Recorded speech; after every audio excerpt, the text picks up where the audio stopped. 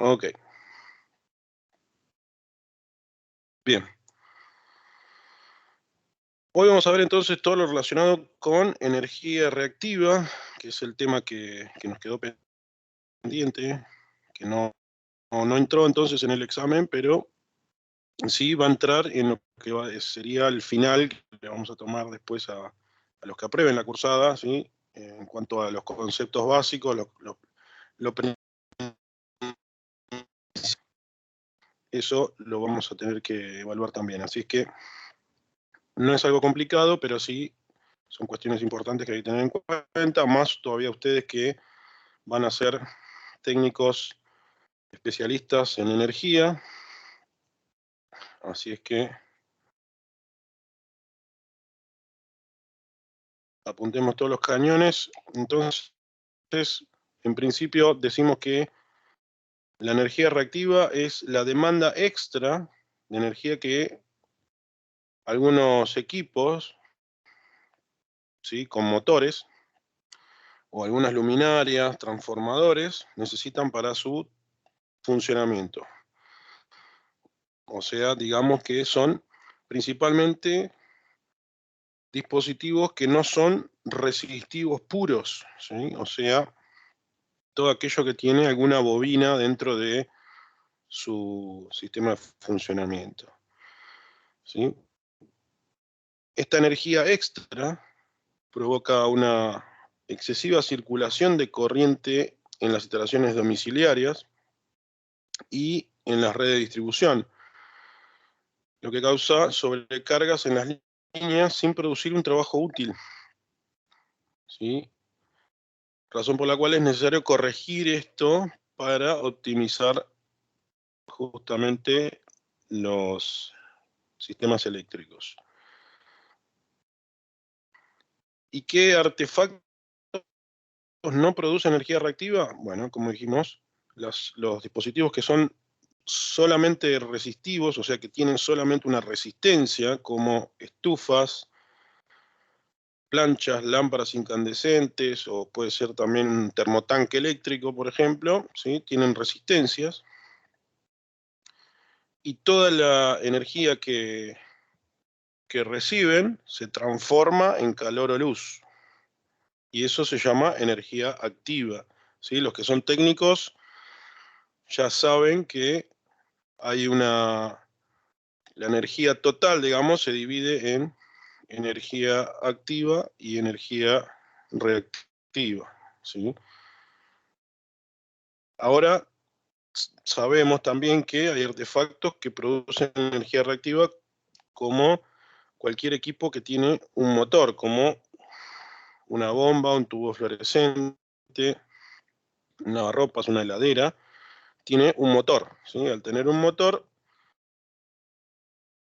tiene un bobinado ese motor que justamente va a producir energía reactiva, en donde una parte de esa energía se transforma en frío, calor, luz o movimiento, ¿sí?, que es la energía activa justamente, y hay otra parte de esa energía que es consumida dentro de su propio funcionamiento. Eso se llama energía reactiva. Ahora, esta energía reactiva tiene algunos efectos negativos, como por ejemplo los que se derivan del consumo de la energía reactiva, que pueden mencionarse los incrementos de los costos económicos, justamente la pérdida de potencia de las instalaciones y las caídas de tensión que perjudican la calidad del servicio, ¿sí? Si ustedes tienen muchos dispositivos en su domicilio o en una planta, eh, con bobinas, con motores, van a ver que van a tener un consumo extra, o sea, le van a pagar al proveedor de servicio un cierto valor, un costo, que no solamente va a afectar al bolsillo de ustedes, ¿sí?, porque ustedes van a estar consumiendo energía que no se transforma justamente ni en calor, ni en movimiento, ni en frío, ¿sí? Es una energía que se pierde y que no se recupera, ¿sí? Entonces, ahí está, digamos, el meollo de la cuestión, porque ustedes, al tener una energía reactiva excesiva en su instalación, van a necesitar corregirla no solamente por una cuestión económica, sino que también la van a tener que corregir porque ustedes van a estar afectando a todo el sistema energético de distribución, ¿sí? Porque, digamos, van a estar consumiendo más, van a demandar más, digamos, de lo que deberían demandar, ¿sí? Entonces, afectan a todo el sistema, o sea, afectan a todos los vecinos, digamos, que estén conectados a ese mismo sistema de distribución, ¿sí? Y por eso generalmente se hace una medición, ¿sí? Generalmente los medidores, los medidores modernos que hay, que pueden ver hoy día también en los domicilios, que son electrónicos, miden también lo que es el factor de potencia, ¿sí? El factor de potencia, o sea, el coseno de phi, es el ángulo que desfasa, digamos, lo que es la energía reactiva de la energía activa, ¿sí? Y si ese coseno de phi es muy chiquito, o sea, está lejos de 1, digamos, el coseno de phi es un valor entre 0 y 1, ¿sí? Si ese valor está lejos de 1, quiere decir que tengo un coseno de phi malo, ¿sí? Y eso quiere decir que tengo mucha carga reactiva, y eso justamente es lo que miden lo que mide el general, el proveedor de servicios, ¿sí? O de Sour o de Nor, el que tengan, mide eso para justamente ver qué está pasando adentro de la instalación, ¿sí? Y si hay algún desfasaje de una tolerancia X que está sobrepasada, los van a llamar, le van a avisar y van a decir, muchachos, van a tener que corregir ese desfasaje que hay entre la energía activa y la reactiva, ¿sí? O sea, mejorar el coseno de phi. ¿Y cómo se corrige el exceso de energía reactiva? Profe, ¿puedo hacer un Esto, comentario? sí, La- sí, eh, a veces la empresa lo pone en la misma factura. En la misma sí, factura, tamaño de letra de hormiga, sí, pone la advertencia que si le dan un plazo al contribuyente, normalmente lo hacen con industriales y comerciales sí, y le sí, dan un plazo. Y si usted en ese correcto, plazo no lo hace, ahí le cobran una multa bastante importante. sí, Mucha gente se da cuenta cuando le viene la multa, porque si la multa y hacen el reclamo, y si no, si fíjese en las boletas anteriores, nosotros le hicimos la advertencia. Por eso hay que leer bien claro, las boletas. es correcto, sí, sí, Disculpe la así es. interrupción, profesor, porque yo he corregido alguno que otro, por eso le digo. Muy bien, bien, bien, sí, sí, es así, como dice el compañero. Bien, principalmente, claro, esta corrección del consumo de energía reactiva lo tiene que hacer un técnico especializado, como pueden ser ustedes, y el método que se usa es introducir capacitores en el circuito donde existan estos consumidores reactivos mencionados, ¿sí? En el mercado hay muchos dispositivos y métodos para realizar mediciones y detectar también así donde se pueden cometer estos abusos comerciales y técnicos, ¿sí? También. Eh, el costo de dicho trabajo varía de acuerdo a la instalación que tenga el usuario, el consumidor final, pero podemos afirmar que los inconvenientes que se evitan justifican ese gasto, asegurando una mejor calidad del servicio para todos, ¿sí? No solamente, o sea, eso lo recalco porque no es algo que solo me afecta a mí, ¿sí? O sea, me afecta a mí porque voy a pagar más de energía y al mismo tiempo estoy afectando a todo el sistema, a todos mis vecinos, al distribuidor mismo de energía. Por eso es que el distribuidor cobra multas, porque el distribuidor de energía hace un cálculo de, digamos, de cantidad de usuarios a quien pueden abastecer de acuerdo a lo que, digamos, a toda la capacidad que tiene justamente para abastecer. Ellos tienen un cálculo hecho y dicen, bueno, yo puedo abastecer, no sé, a 200.000 familias, cosa, o hogares, y a, no sé, 10.000 negocios, por decir, o industrias. Entonces, cuando ellos ven que, digamos, no están dando abasto, le están saltando las protecciones, porque ellos tienen todo, obviamente, un sistema coordinado y automatizado para medir y actuar en consecuencia, ¿no? Por eso es que a veces hay cortes de servicio, ¿no? Porque hay consumos que están excediendo la capacidad, entonces saltan las protecciones. Y eso ellos digamos, ellos lo están monitoreando y están viendo por qué también. Entonces, de esa forma van, digamos, encerrando el problema y van a detectar justamente dónde también hay consumo excesivo en cuanto a lo que es energía reactiva, o sea, donde hay un desfasaje, hay un coseno de phi malo, ¿sí? Eso quiere decir que hay muchos consumidores reactivos, o sea, muchos motores, bobinas, etc.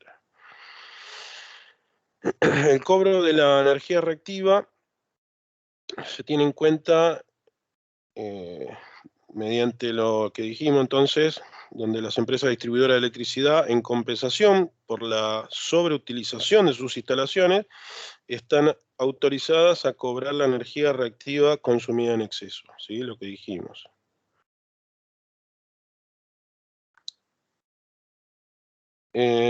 Mientras que lo que resta, digamos, lo que es la potencia activa, da a una potencia útil que se utiliza en el eje de un motor y en bornes de un alternador. La potencia reactiva, si bien es necesaria para establecer los campos magnéticos, o sea, siempre va a haber una energía reactiva que se va a generar, ¿sí? Porque justamente es condición para que un motor se pueda mover, ¿sí? Que haya un desfasaje justamente digamos, de los que son los fasores de la corriente activa y reactiva, ¿sí? Esos campos generan un desfasaje entre los vectores, como decíamos, y para que justamente puedan moverse, ¿sí? Para que puedan arrastrar una carga mecánica. Entonces, siempre va a existir una carga reactiva, pero bueno, hay que tratar de minimizarla. Y justamente, como vimos, los motores, los servomotores, ¿sí? Que tienen un principio de funcionamiento un tanto diferente a los motores de jaula de ardilla, ¿sí? O sea, no tienen tanto desfasaje en ese campo magnético respecto de lo que es el movimiento propio mecánico, ese desfasaje que hablábamos en su momento cuando vimos los motores. En el caso de los servomotores es mínimo y por eso son muy recomendados para los sistemas de alta eficiencia como son hoy día y como se hace foco hoy día, más que nada en la industria, obviamente, donde hay muchos motores, ¿sí? Entonces, si yo tengo muchos motores de jaula de ardilla y grandes, voy a generar más todavía energía reactiva, entonces, o más desfasaje, mejor dicho, entre la potencia activa y la reactiva, ¿sí? Entonces, se recomienda, últimamente se están implementando, de utilizar muchos más los motores servoaccionados, o sea, los servomotores, los que tienen imán permanente propiamente, ¿sí? Porque bueno, servomotores en realidad es cualquier motor con realimentación, pero en este caso hablamos de los servomotores que son de imán permanente, ¿sí?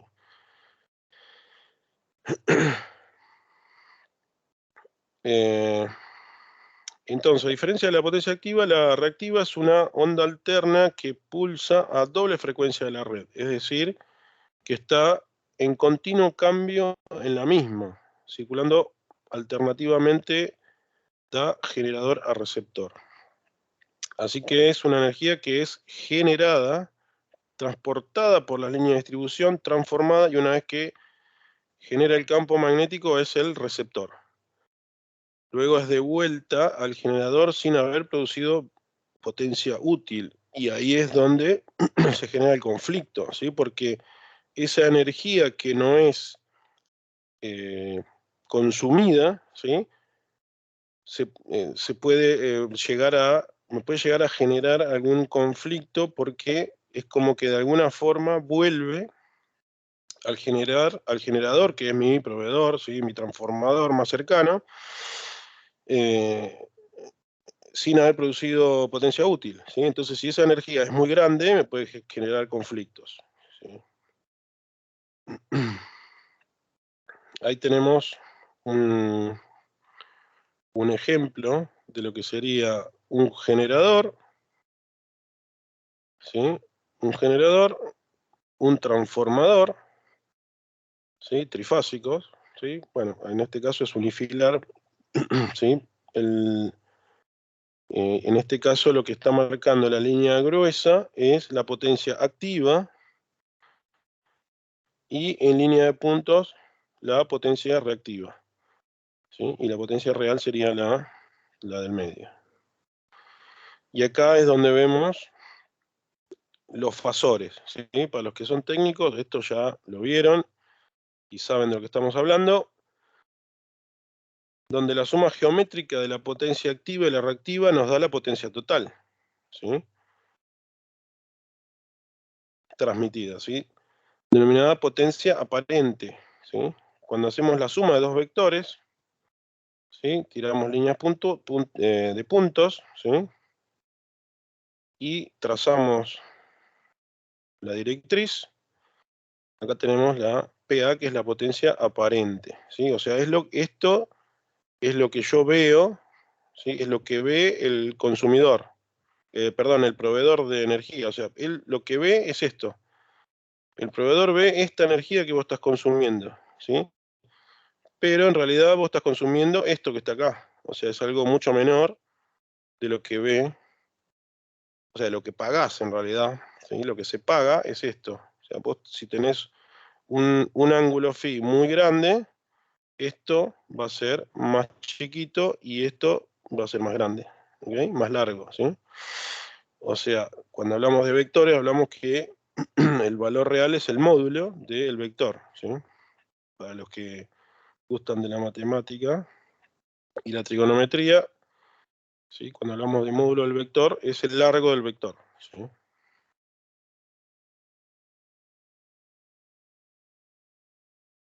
Y entonces la relación entre ambas se denomina factor de potencia, que es justamente el ángulo, y corresponde al coseno del ángulo de desfasaje entre la potencia activa y la aparente, ¿sí? O sea, esta es la potencia activa, perdón, esto es lo mismo, pero en vista de corriente consumida, y esto es la potencia, ¿sí? Lo que es la potencia activa y la aparente, el ángulo que está acá es la relación, digamos, que vamos a ver con respecto a lo que llamamos coseno de phi. Y acá vemos justamente una tabla de lo que es el factor de potencia. Cuando hablamos de coseno de phi más chico, si hablamos de coseno de phi igual a 1, o sea que el ángulo de desfasaje es 0, ¿sí? Coseno de 0 es 1, ¿sí? No hay desfasaje entre los vectores, no hay pérdidas, ¿sí? ¿Sí? Se consume todo lo que se genera, ¿sí? Entonces, cuando hablamos de un coseno de phi más chico, a la mitad, por ejemplo, estamos hablando de que hay un consumo el doble respecto a lo que teníamos antes.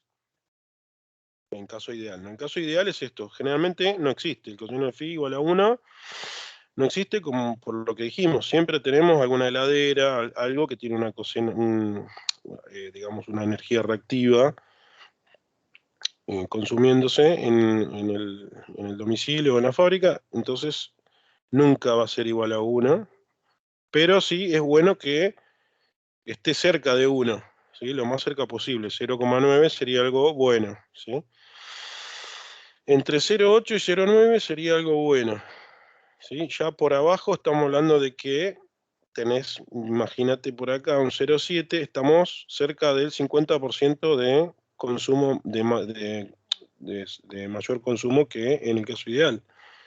¿Sí? Eso es algo malo ya.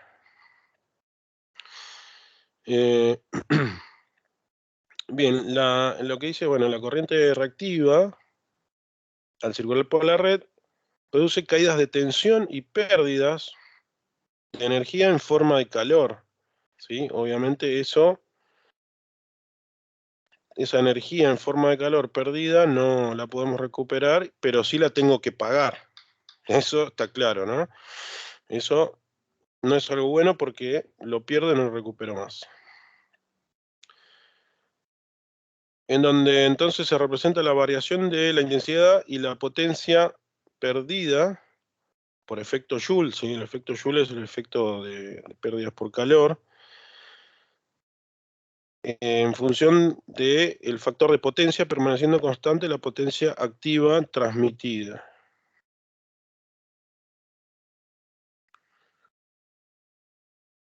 Pero el inconveniente más acusado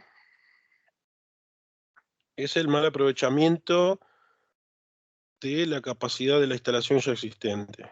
Es decir, si se tiene una instalación industrial alimentada por un transformador de una cierta potencia aparente, que se mide en volt-ampere, ¿sí? Por ejemplo 500, y con una red adecuada para transmitir esa potencia, según el factor global de la instalación, el valor de la potencia útil, según la relación que hay de potencia,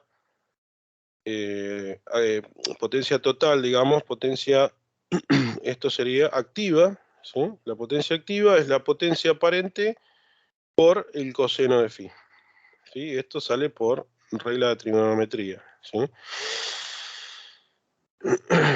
Por tanto, si el factor de potencia es 0,5, la potencia activa que podría suministrar será solo la mitad. ¿Sí? Como decíamos, el factor de potencia 0,5 es un ángulo justamente a 45 grados, o sea, se forma un cuadrado, ¿sí? Puedo formar un cuadradito de lo que vimos acá, o sea, este largo va a ser igual que este largo de acá, ¿sí? O sea, este ángulo es de 45 grados, y este también.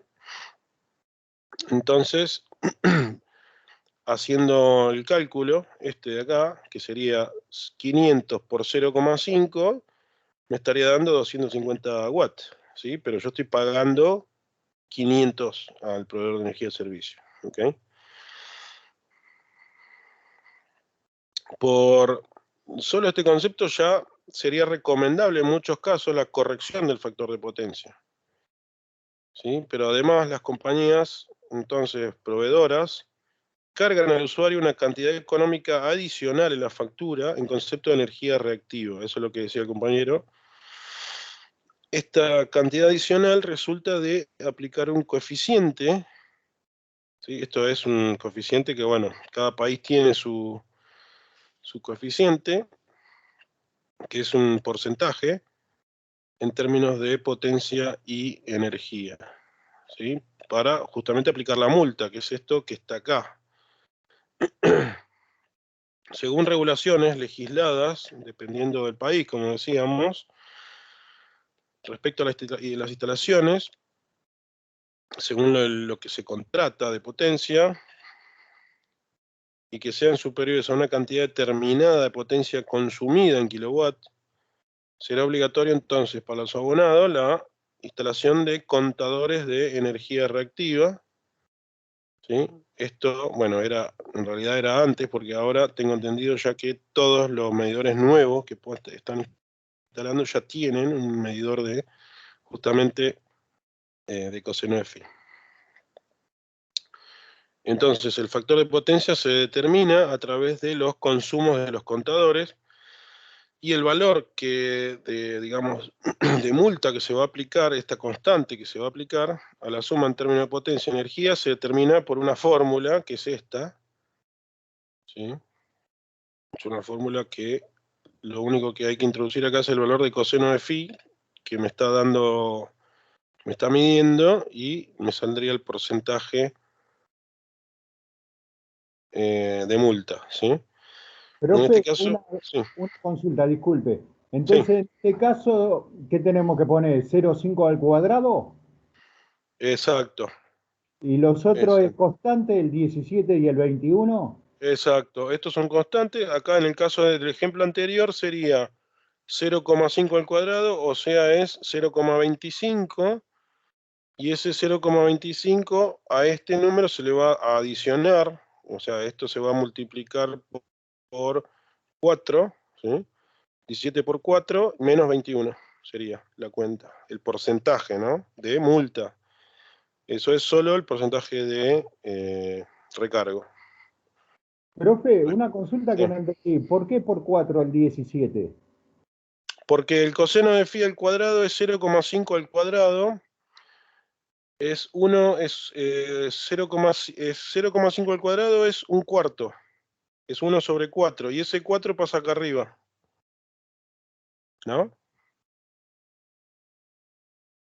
¿Se entiende? Es 0,5 es un medio, ¿sí? 1 sobre Sí, 2. Eso al cuadrado es un cuarto, sí. ¿sí? Ese 4 que queda acá abajo pasa acá arriba. Ah, está bien, está bien, está bien. Está bien, te entiendo. ¿Y después que se resta menos 21? Claro, claro. Dale, perfecto. Bien. Eh, Ventajas de compensar la energía reactiva, bueno, más o menos ya estuvimos diciendo.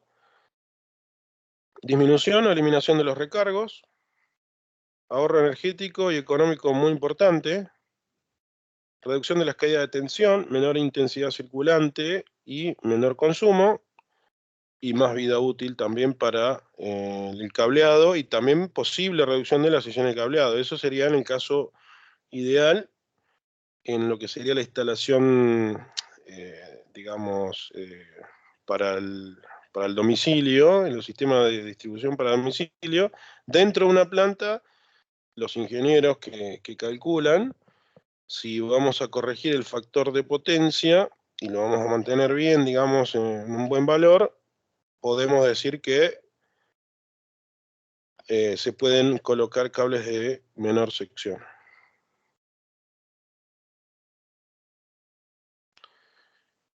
Y otra vez volvemos a la eficiencia energética del sistema, que entonces va a depender en gran medida de la compensación entonces de la potencia reactiva que aparezca en el sistema, ¿sí? Una de las vías más empleadas para tales efectos es la utilización de bancos de capacitores, ¿sí? Eso es lo que se usa. Dependiendo entonces después de la potencia que se maneja, digamos, a plena carga en una instalación, también calcula lo que serían el banco de capacitores adecuado. Y justamente tenemos que hacer una selección de estos bancos de capacitores, donde tenemos que tener en cuenta tres aspectos principales. La selección de la capacidad de los bancos, entonces, el tipo de compensador a utilizar, y también lo que es la ubicación del sistema eléctrico de baja tensión, son tres de los aspectos principales a tener en cuenta para seleccionar el banco de capacitores adecuado. En la mayoría de las aplicaciones prácticas se determina el punto de ubicación de la compensación y el tipo a emplear, fija o variable, ¿sí? Ahí ahora vamos a hablar de tipos de compensación bajo criterios muchas veces empíricos, basados generalmente en el costo de la inversión y la experiencia del proyectista. Y a partir de ahí, bueno, se seleccionan los parámetros de los dispositivos a emplear aplicando métodos desarrollados por la literatura para tales efectos. Los criterios difundidos y aplicados indican que tanto técnica como económicamente la mejor manera de elevar el factor de potencia es instalando bancos automáticos centralizados, que ahora vamos a empezar a ver. El medio más común para la corrección del factor de potencia consiste en la conexión a la red de condensadores estáticos, ¿sí? No dinámicos, sino que están ahí permanentemente y quietitos, no hacen nada más que estar ahí, ¿sí? Estar ahí conectados a la red, ¿sí? En la figura vemos un ejemplo de aplicación de una sección de motores, que serían estos tres, y una batería centralizada de condensadores para la compensación, ¿sí? Este es el dibujo del banco de capacitores, y esto serían las cargas, ¿sí? Esto sería un sistema de red de condensadores estáticos, ¿sí? En este caso, un banco, ¿sí? En este ejemplo, la corriente reactiva necesaria para abastecer los campos magnéticos de los motores es suministrada por la batería de condensadores, que actúa como un generador de energía reactiva. De esta forma, el intercambio entre los condensadores y los receptores de energía reactiva,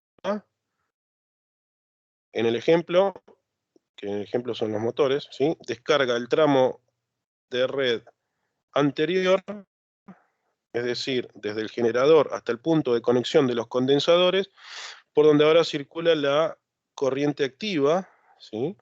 La I sub W, cuando antes circulaba la corriente total, ¿sí? Eso es lo que, si yo no pusiera, imagínense que no estuviera esto, ¿sí? La corriente que circula por acá es la corriente activa, ¿sí? La IW es la activa. Aplicando el banco de capacitores, genero una corriente reactiva, por lo que la suma, o sea, en realidad lo que sale de acá, de este punto, ¿sí? Es la corriente, entonces, total, ¿sí? Profe, una Cuando, consulta, sí, disculpe. sí, Eso yo nunca lo hice y nunca lo vi, no conozco. ¿Se pone sí. adelante en los equipos de motores o en la cabina? Eh, Pregunto, generalmente hay un tablero, ¿sí? Hay un tablero que está, generalmente está al lado del tablero general, digamos. O sea, puede estar adentro de puede estar, digamos, al lado de un tablero que sería el tablero donde que se comandan los motores, por ejemplo, o a veces también se pone directamente en el tablero principal de entrada de alimentación, ¿sí? De la planta, digamos, o del domicilio, lo que sea, se pone al lado directamente en la entrada, y lo que hace es compensar todo el sistema, ¿sí? Pero bueno, son bancos de capacitores diferentes. Eso se calcula, y de acuerdo a la carga que tengan, porque bueno, obviamente no va a ser lo mismo tener un banco de capacitores al lado del tablero de motores, ¿sí? Que por ejemplo acá tenemos 3 motores, ¿sí? Y pongo al lado de ese tablero que comanda 3 motores un banco de capacitores. No va a ser el mismo banco de capacitores cuando yo lo coloco en la entrada principal de la planta, donde por ahí tengo 50 motores, ¿ok? Entonces, eh, dependiendo en realidad de dónde está el foco, digamos, dónde se detecta el foco del problema, ¿sí? Es donde se coloca directamente, se coloca un banco de capacitores al lado, ¿sí? Generalmente son tableros que están uno al lado digamos, al lado del tablero de comando o de principal, va a estar el tablero de compensación. bien, bien. Bien. En la otra figura que vamos a ver, se muestra el diagrama de intensidades y potencias de esta instalación, en el que se observa que el condensador, que esquemáticamente se podría representar como un generador de energía reactiva, produce una potencia en sentido contrario a la producida por los motores que incrementan el valor del factor de potencia cercano a la unidad, cercano a 1. ¿Sí? Entonces, acá vemos lo que es el efecto que produce un banco de capacitores estático para corregir el factor de potencia. ¿Sí? Entonces, vamos a ver que en el caso de la potencia aparente que teníamos antes, 1, ¿sí? Al colocar ese banco de capacitores, esa potencia aparente se achicó. ¿Sí? ¿No? O sea, podemos notar rápidamente que esta línea es mucho más larga que esta PA2. ¿Sí? Entonces, el efecto que produce el banco de capacitores es llevar esta flechita más cerca, o sea, la potencia aparente, acercarse más a lo que es la potencia activa. ¿Ok?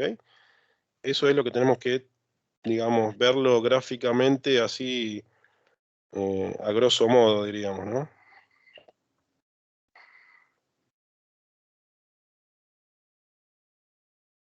En el estudio de los diferentes sistemas de compensación que hay, tenemos que tener en cuenta algunos factores, como pueden ser la economía, la facilidad para instalar, la precisión que tienen, la adecuación a las características de la planta industrial en cuestión, así como en la normativa, la reglamentación vigente sobre el tema. ¿Sí? Cada lugar, cada país tiene una reglamentación. Considerando estos factores, se hará un estudio sobre los sistemas de compensación que pueden ser entonces compensación fija, local, individualizada en grupos o centralizada, y sistemas automáticos de compensación, ¿sí? Que es lo más moderno y lo que más se recomienda, y ahora vamos a entender por qué. En lo que es la compensación fija, básicamente es conectar directamente por medio de interruptores o accionados manualmente de la batería de condensadores a la red. ¿Sí? Y esta es, bueno, la solución más simple, más económica y de mayor simplicidad en la instalación, y sería aplicable a plantas en las que el consumo fuera prácticamente constante a lo largo de todo el día, ¿sí? Porque obviamente que si esta llave está cerrada y esta está abierta, hay un motor que está consumiendo y otro que no está consumiendo. Entonces, este banco de capacitores fijo acá, ¿sí? Digamos, no estaría usado al 100%, digamos, en todo el tiempo, porque después este motor van a estar los dos motores, perdón, en funcionamiento, y estaríamos aprovechando al 100% el banco de capacitores. Pero si está uno solo, no sería lo mismo, ¿sí? Por eso es más aplicable a lo que tiene la carga permanente o más, digamos, constante a lo largo de todo el día, ¿sí? Dentro de esa compensación, dijimos fija, tenemos la compensación local, que es la conexión o desconexión de los condensadores se hace sincronizada con la conexión de la carga y permite 3 alternativas, que son: una es la compensación individual, y consiste en la conexión de un condensador o grupo o banco de capacitores directamente a cada lugar de consumo, como vemos en la figura, ¿sí? Acá tenemos un banco de capacitores directo al motor, ¿sí? Esto, bueno, es más o menos algo de lo que preguntaba por ahí Loya. Esto sería sobre la carga directamente del banco de capacitores, ¿sí? Cosa que no se usa, o sea, ya no se usa, en realidad por ahí antes se usó, pero hoy día ya lo que hay son todos sistemas automáticos. Pero bueno, esto es algo manual, digamos, de lo rudimentario que había antes, ¿sí? donde, bueno, todas las líneas quedan perfectamente descargadas y el sistema se regula por sí solo, ya que la conexión o desconexión, ¿sí? Se hace al mismo tiempo, ¿no? O sea, yo conecto acá y el banco de capacitor empieza a trabajar, lo desconecto el motor y deja de trabajar, ¿ok? Sin embargo, bueno, esto es antieconómico, comparándola con la anterior que vimos, que es la comunicación fija, y con los de compensación en grupo o compensación central. A pesar de ello, este sistema se utilizaba, ¿sí? Se utilizaba en realidad con ventaja en instalaciones pequeñas, con servicio ininterrumpido de larga duración y con carga prácticamente constante. Bueno, puede ser que obviamente acá en Argentina tenemos muchos dinosaurios dando vuelta en cuanto a fierro y a sistemas automáticos, manual, etcétera. Hay, digamos, una ensalada todavía muy grande, digamos. No hay mucha actualización en algunos casos, más que nada por cuestiones económicas, diría. Por eso puede ser que existan todavía algo de esto dando vueltas por ahí, ¿sí? La compensación en grupo, sí, por ahí es más, puede llegar a ser más fácil de encontrar en algún lado, y es una solución cuando el grupo de receptores está situados en emplazamientos diferentes, como vemos en la figura, permitiendo de esta forma descargar la acometida y las líneas de distribución, ¿sí? Acá, bueno, está centralizado.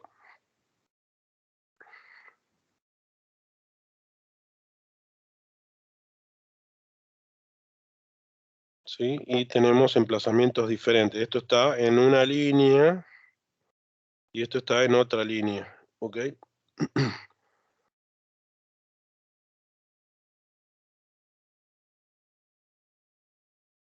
La compensación central es la compensación local que, bueno, el sistema está generalizado y más económico. Acá tenemos un banco de capacitores más grande que va a abastecer a dos líneas diferentes. La ventaja es que concentra todos los condensadores en un punto de montaje común, ¿sí? Lo que decíamos, generalmente hay un tablero, ¿sí? Hay un tablero de banco de capacitores, ¿sí? Generalmente no se ve muy, por lo menos lo que yo vi, no se ve en puntos sobre la carga, sino que se ven en tableros, ¿sí? En el contrario, en este caso, el inconveniente radica que no permite la descarga de la línea de distribución. Este sistema es recomendable cuando las líneas de distribución no están sobrecargadas y solamente interesa descargar la acometida. Y lo mejor que hay, ¿sí? Lo mejor que tenemos, es la automatización, justamente, y por eso también tenemos sistemas automáticos de compensación. Este método consiste en conectar o desconectar de forma automática el banco de capacitores o escalones de acuerdo con el valor del factor de potencia que se está midiendo en la red, ¿sí? Hoy día, los tableros principales tienen un medidor que, bueno, lo coloca la empresa, la planta, la fábrica. Generalmente tiene medidores automáticos de todos los parámetros eléctricos en realidad, ¿sí? Y así también, como así también el factor de potencia. Entonces, a partir de ahí, bueno, yo con esos dispositivos que estoy midiendo, al mismo tiempo puedo enviar una señal para que ingrese o se caiga, digamos, se cierre o se abra la llave para ingresar a la red 1 o X cantidad de capacitores, de acuerdo a justamente la medición. Si está mejor o peor el coseno de phi, va a accionar en consecuencia. ¿Okay? Profe, una consulta. ¿El trafo está en la planta, supuestamente? Sí, el trafo está, en el caso, bueno, en muchos casos sí, en muchos casos está en la planta, pero puede pasar de que no esté en la planta. O sea, si es una pyme, por ejemplo, si es una empresa pequeña o mediana, digamos, que no tiene tanta capacidad de producción, digámoslo así, hay veces que no lo tiene. Y bueno, esto no lo veo como un transformador, lo voy a ver como la entrada, la línea de entrada, pero hay veces que se necesita también corregir el factor de potencia. Así es que no necesariamente tiene que haber un transformador adentro de la planta, o sea.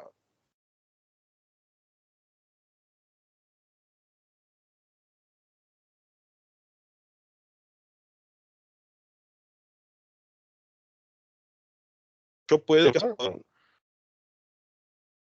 ¿Me escuchan? Hola, hola, hola. Ahora sí, profe. Hola, hola. Ah, se cortó un ratito, ¿no? Bien.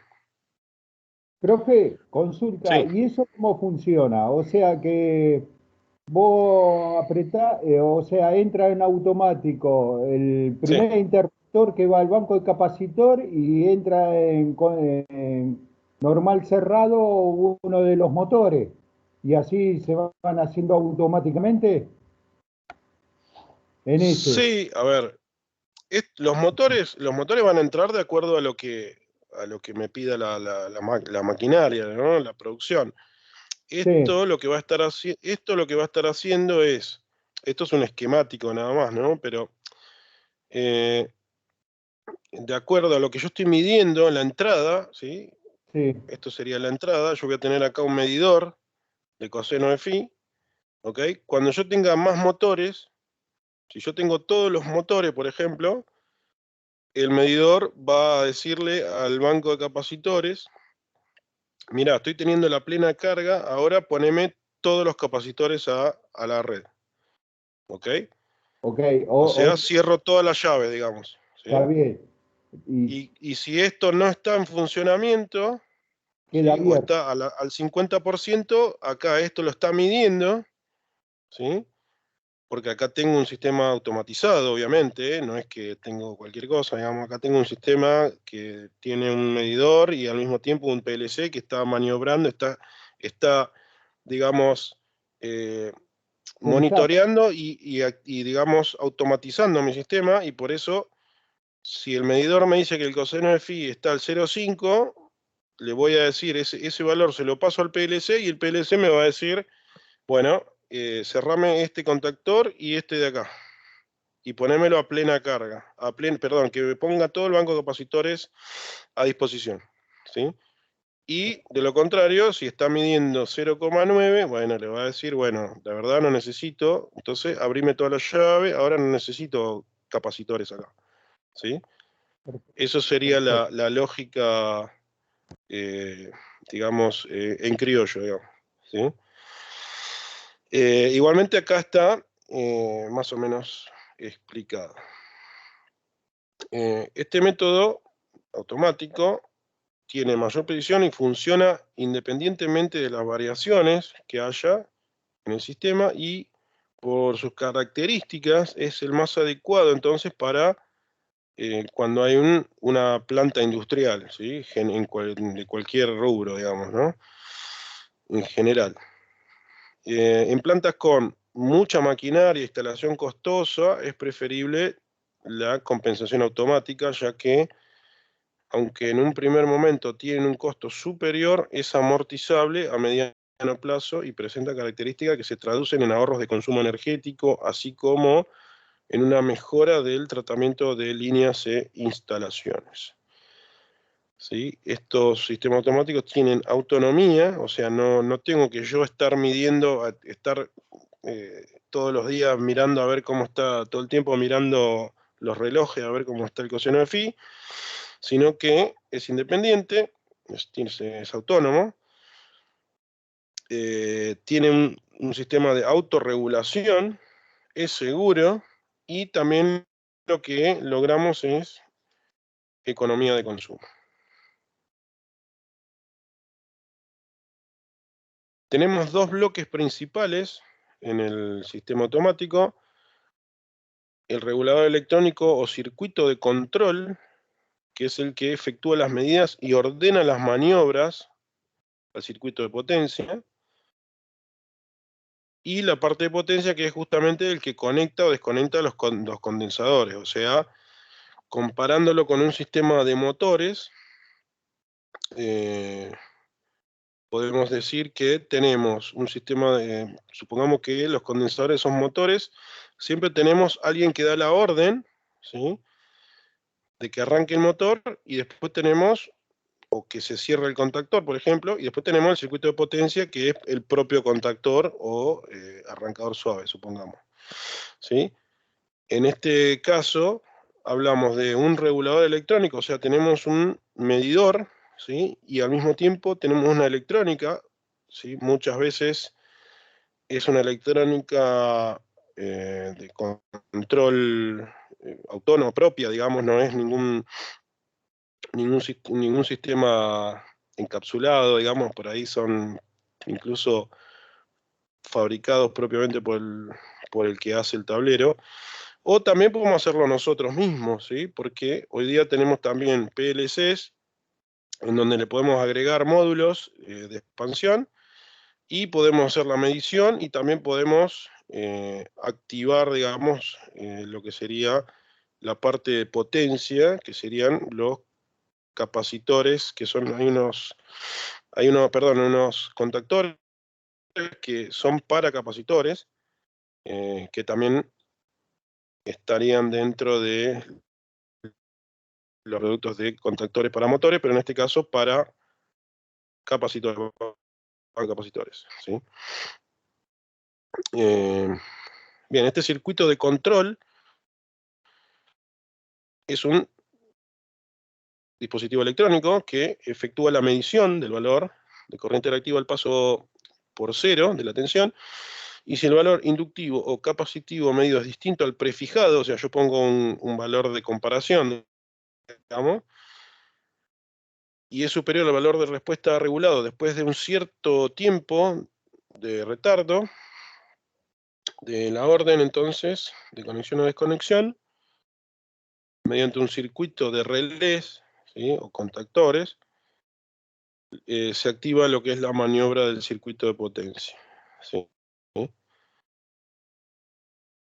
A la hora de diseñar y calcular el circuito de control, hay que tener en cuenta los parámetros siguientes, que es el programa, ¿sí? Esto es como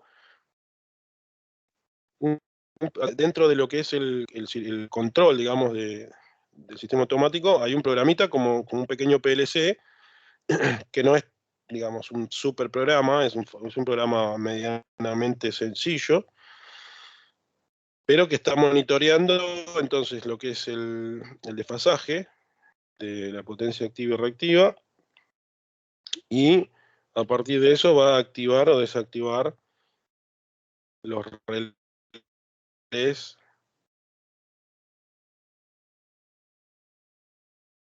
¿sí?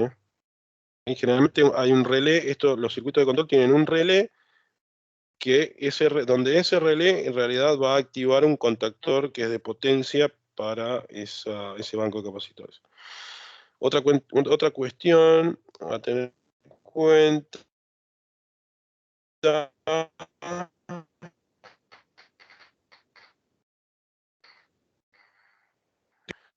un escalón de batería, y hay que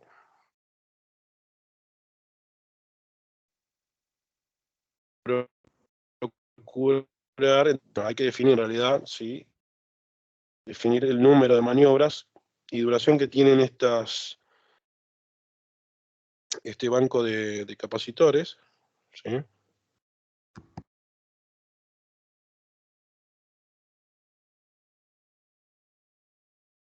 Hay que tener en cuenta los fallos de tensión también, en caso de que, y a reanudarse el servicio, el regulador iniciará las maniobras de conexión con un cierto retardo programado, ¿sí? Esas son las cuestiones de todo esto. Acá estamos hablando de lo que sería el programa, ¿sí? El programador digamos, del banco de capacitores automático tiene que tener en cuenta estas cuestiones: si hay fallo de tensión, si hay un tiempo X y número de maniobras de duración. Tenemos que tener en cuenta también una posible maniobra manual. En el caso de que haya algún problema, puedo desconectar la parte automática y el operador va a poder efectuar manualmente las maniobras de conexión a desconexión de las distintas etapas o escalones, lo llama acá, de batería, de banco de capacitores o batería de capacitores, ¿sí? Y también tener en cuenta una emergencia, ¿sí? Si hay una emergencia, también tenemos que tener un pulsador para que se desconecten todos los capacitores, ¿sí?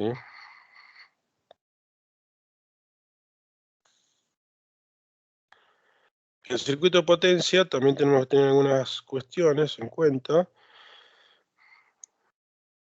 El circuito de potencia es el banco de condensadores, puntualmente,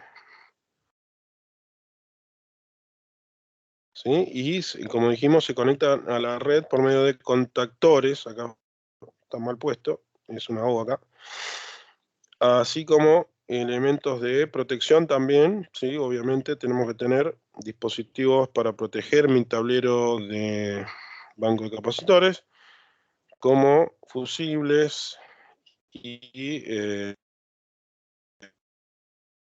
interruptores automáticos, impedancia de choque y de señalización, pilotos luminosos que indiquen si está funcionando, si está parado, si está en emergencia o lo que fuera. A la hora de diseñar, incluso, bueno, los más modernos tienen display con texto, incluso. A la hora de diseñar y calcular el circuito de potencia, también hay que tener en cuenta fenómenos derivados de la conexión y desconexión de los condensadores y la energía almacenada de los condensadores al desconectarse a la red, porque una vez que se desconectan, esos capacitores quedan. Y tenemos que tenerlo en cuenta. Ahora vamos a hablar algo de eso.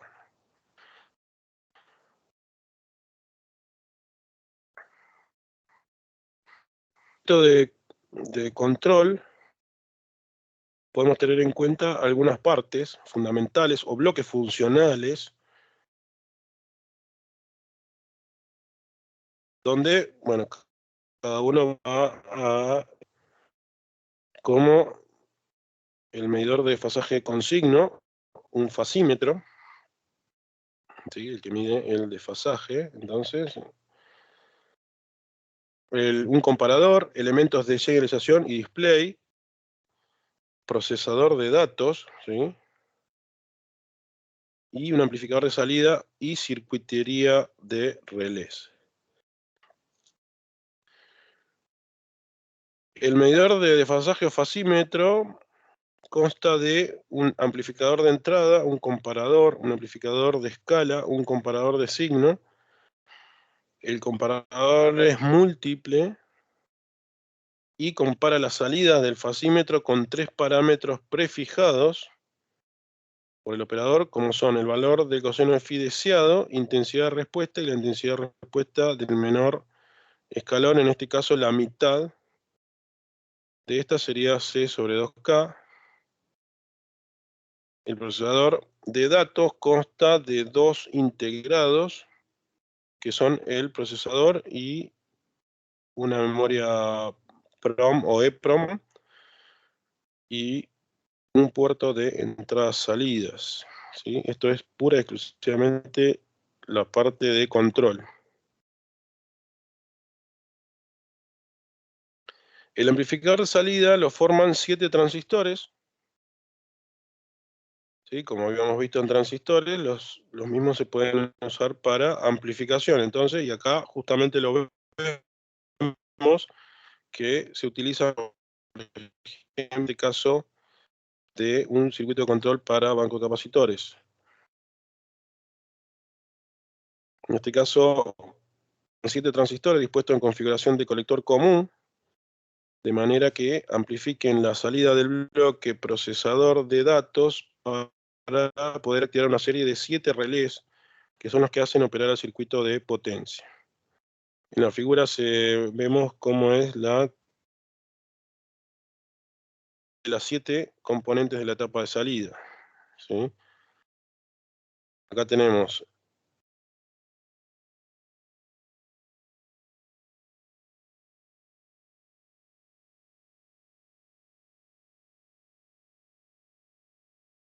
el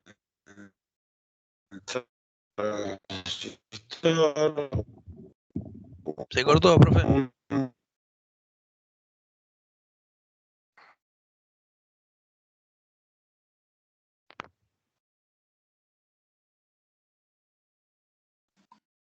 Hola, No se escucha profe. nada, profesor. O por lo menos yo no escucho nada. No, se cortó. Hace 10 minutos que no escucho nada. Hoy el wifi no ayuda mucho. Profe.